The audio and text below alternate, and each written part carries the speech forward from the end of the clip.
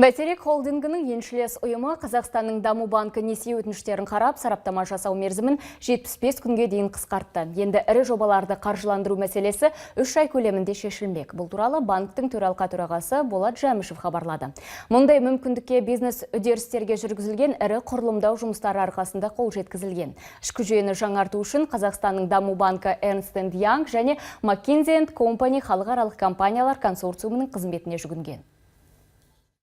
Қазақстан даму банкі негізгі бизнес үдерістерін оңтайландырып, жаңа қаржы өнімдерін енгізу бойынша жобасын аяқтады. Нәтижесінде несие өтінімдерін қарау мерзімі қысқарып, несие үдерісінің сапасы артты. Несие және операциялық тәуекелдер деңгейі төмендеді.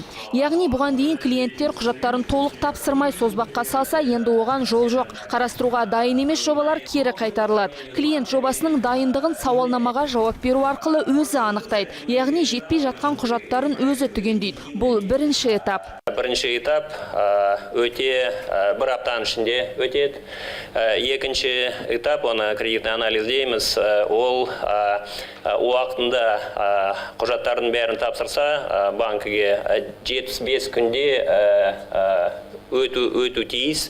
Жаңа модель бойынша 3 айдан созбай бәрін кредитный анализ бәрін бітіруіміз керек.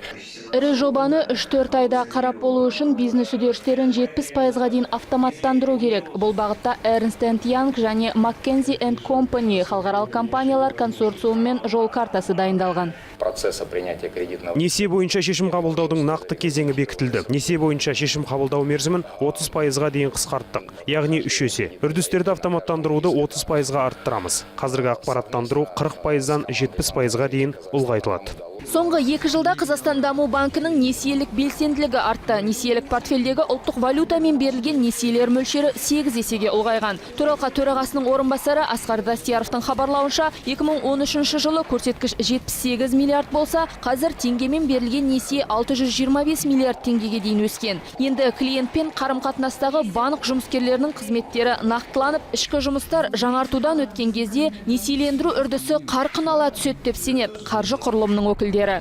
Айгүл Әдепбай, Еркебұлан Кенжеғұлов, Астана телеарнасы.